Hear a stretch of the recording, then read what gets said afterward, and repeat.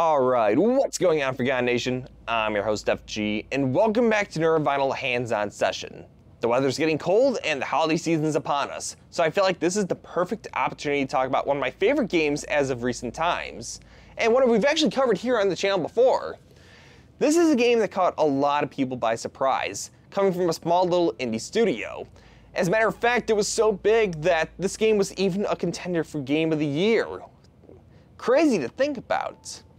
I feel like, though, besides the developers, another person that this game's had an impact on was the composer, Lena Raine, who had done work prior to this, but I feel like the success of this soundtrack really launched her career into something greater, being recognized as a key composer in the video game scene, and then going on to do some other work for some other video game soundtracks, including some really big ones, such as Sackboy: A Big Adventure, Minecraft as a more recent, and even working with Toby Fox on Deltarune. It's crazy how big this got, and for all the best reasons. So this is going to start the first of multi-parts of our hands-on coverage of this game in particular. So do stay tuned because we've got more to cover, but let's start at the very beginning. Let's start with Celeste.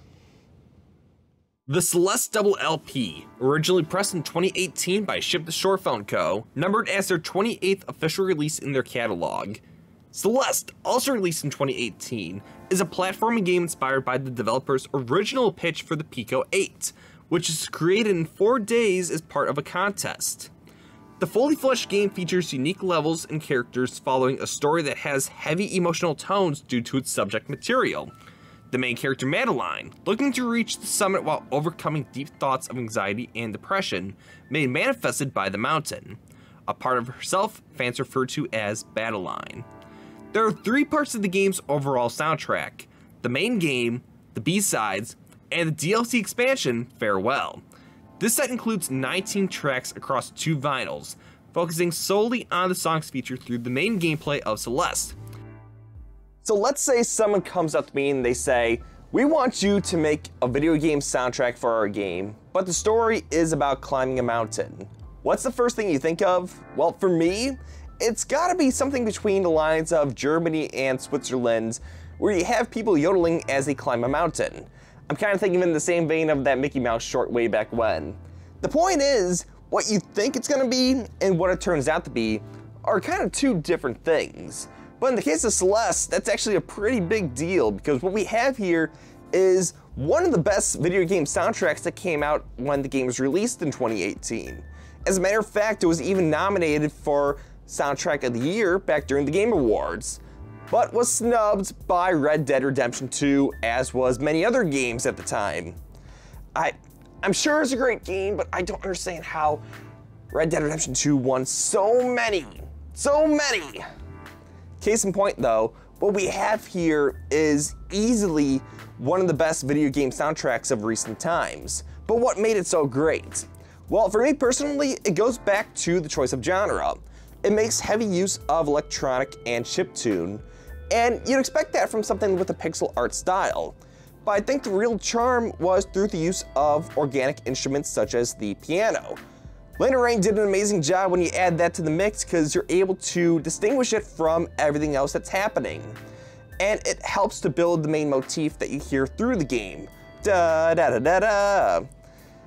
And more importantly, this is along the same lines of cinema movies, for example, where the music is made to tell a narrative. You can hear through its music, or visualize in your head if you played the game, certain pivotal moments of Madeline on her quest of climbing the mountain. That's the power of music. And it's not to say that other games don't have this ability. Some even do it as a part of their games. But the point is, a well-made soundtrack leaves you remembering just what it is you experienced. And that's what makes some of the best video game soundtracks always a part of our minds for years to come. And that includes some of my favorite games as well. You remember these moments through the stories, but sometimes, even more so, you could feel certain emotions that they want you to feel, of course, through the music. I feel like the main game soundtrack is the perfect complement to the main game, because it allows you to connect and feel with what's happening, through certain cues, use of certain instrumentals, how it builds over time or diminishes in certain moments. That's the power of video game music, and done correctly, it can make one hell of a soundtrack. But now let's talk about this vinyl pressing. It's worth mentioning that there's been a lot of variants from Ship to Shore Phone Co., and that includes this one here. As we'll see in a little bit, the vinyls I have here are actually from limited run games. It was actually around the same time I actually got the collector's edition of Celeste. So, you know that there's other versions out there. Case in point though, it's not to say that there's one version that's always better than the other, because at the end of the day, the soundtrack's gonna sound the same. But the biggest difference is how it's pressed. Sometimes some vinyls are just pressed better than others. So what may be subject to this pressing may not be the case in later pressings, or alternate versions of the soundtrack. This is going to be very important as we go into part 2 and 3 of this vinyl hands-on of the Celeste soundtrack, because the other pressings I have may not be entirely the best. So just a warning in advance. But anyways, let's talk about this pressing here, the main soundtrack. Now, first thing front and center at the presentation, we have album art of Madeline looking off into the distance. Now, the soundtracks of Celeste are always made in this reflective kind of way where Madeline always looks mysterious or pondering, I guess is the best way to put it. That leaves you thinking, what's going on in her mind right now? And to the person that's thinking about Madeline, a little too soon. But the case in point, we have here reflecting, it's great album art, but personally it just leaves a little bit desired. I can't find myself framing this one among all the others. But if we look on the backside, this is actually one of my favorites. We actually have an illustration of the start of the game, where we have the blue bird as well as Granny's cabin. This is essentially what I would picture if Theo took a picture during this moment of the game. Because as a matter of fact, those are actually in the same vein illustrations that we see in the game. We'll talk about that in just a little bit, but the point is, I love this. It's a perfect little recreation of a part of the game that those who played it will recognize, or those that don't, it just still makes for a great illustration. And I think it's great. But now here's the fun part. If we open it up and take a look at the inner art, we have some original artwork of the campfire scene from Celeste. I don't think this is trying to be any specific one, but if I had to take a guess, it's probably from the later half of the game, where we see Madeline and Theo sharing a campfire scene, looking on his smartphone Instapics, seeing some of the photos he's taken. I love these kind of illustrations. Again, it's like the back where it's kind of capturing a moment of the game, but more importantly, it's just another look at these characters. And this is art you can only find in these vinyl releases, just adding to the idea of collectability, or even just being a fan of it, seeing it here. And I really do love it. It looks great. Definitely one of the best pieces of inner art we've seen from something like this. But now I want to take our attention to the left side, which I'm covering for purpose reasons, of course. We actually have some composition notes from Lena Raine, who talks a little bit about this soundtrack and what thoughts were going through her when she was making it, as well as just, again, I say this with every composition notes, a time capsule of what was happening at the time. I love composition notes. You're always gonna hear me say it. So I'm glad it's here. And it just lets you know a little more about the workings of Celeste. Really cool stuff. Now let's take a look inside and take a look at these vinyls. When I first got these, I was actually really surprised. And I'm actually more surprised that these are limited edition. What we have here is a Glacier Blue Celeste vinyl. This is the same across both vinyl 1 and vinyl 2. It's blue, I would almost say baby blue, but it's got streaks of white where it's made to represent kind of like an icicle or an iceberg, or in the case of the game, a mountain. If we had a piece of Celeste Mountain, this is it right here. And I think it looks incredible. It even matches the logo of the game. It's small little attention to detail that goes a long way. And I think this looks incredible. I just wish it wasn't limited edition because I feel like this would be a great one to have. There have been others, of course, like the strawberry variants, but for what it is, I'm glad to have it in my collection. But that's the looks. How's it sound? Well, here's a couple of samples from this main soundtrack of Celeste. Now, of course, the game is the main game, so it's gonna have that linearity, and those who have played it, you're gonna notice how it goes level to level. But hopefully through these samples, I try to spice it up as much as I could to get a feel for what the overall soundtrack feels like. So, without any further ado, here's a couple of samples from Celeste.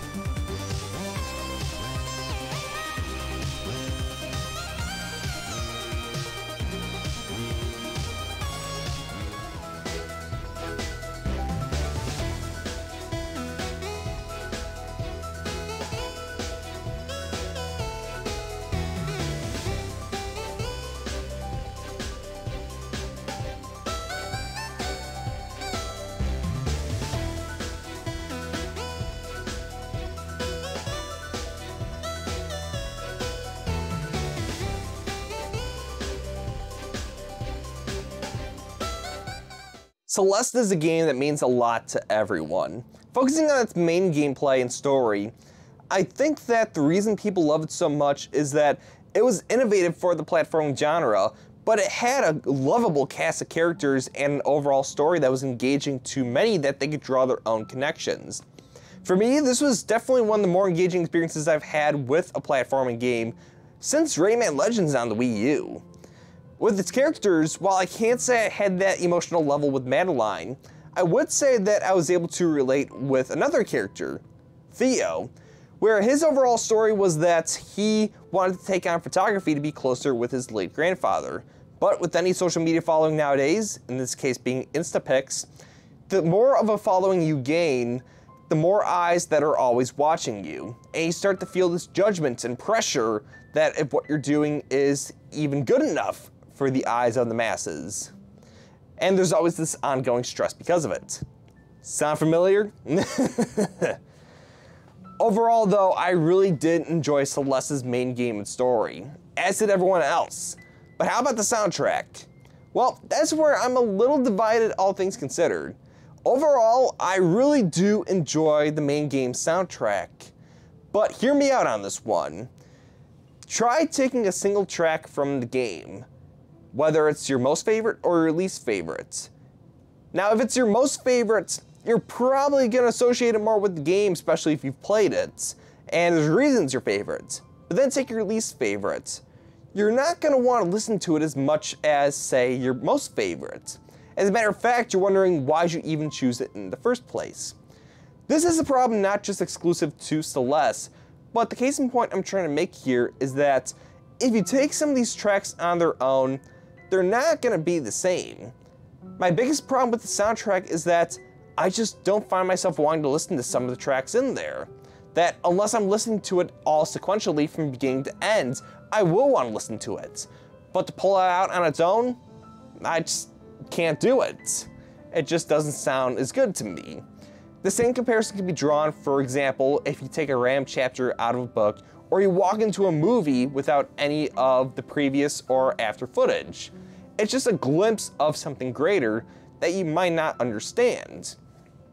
And that's the biggest problem with the main soundtrack of Celeste, that the only way to truly experience it is overall. That if you just jump into a single song, it's not going to have the same effectiveness if you've played the game or know what's happening. And that's another thing too, is that the reason that some of us enjoy the soundtrack so much is because we play the game. We can reflect on what we know versus what we hear to add to the narrative being made. And that's not something that every casual listener may have the ability to do. And there's always going to be some tracks that just are not as strong as others in the collection. So, if you love Celeste, then I feel like you're going to enjoy the soundtrack. And if you want to hear it from start to finish, then you're in for a good treat. But for any casual listener where you're going to pull up some of your favorite songs or even just pick out an individual, this might not be the one for you. I still think that this is worth checking out, but just know what it is you might be getting yourself into. And above all, I still heavily recommend checking out the game before you try the soundtrack for yourself. It's the best way to truly experience it anyways. So, where does that leave us? Well, this is only the first vinyl pressing in the Celeste collection from Ship to Shore, because as a matter of fact, there would actually be 2 more after this, which means we're not done just yet. So, stay tuned next time when we check out the next vinyl in the collection, Celeste B-Sides.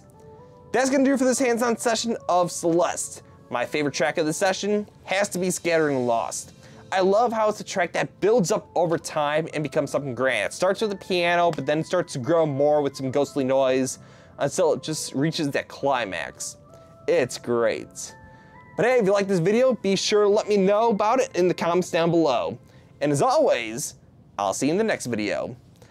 Grab to your cassettes, everyone, because we're going to the B-side.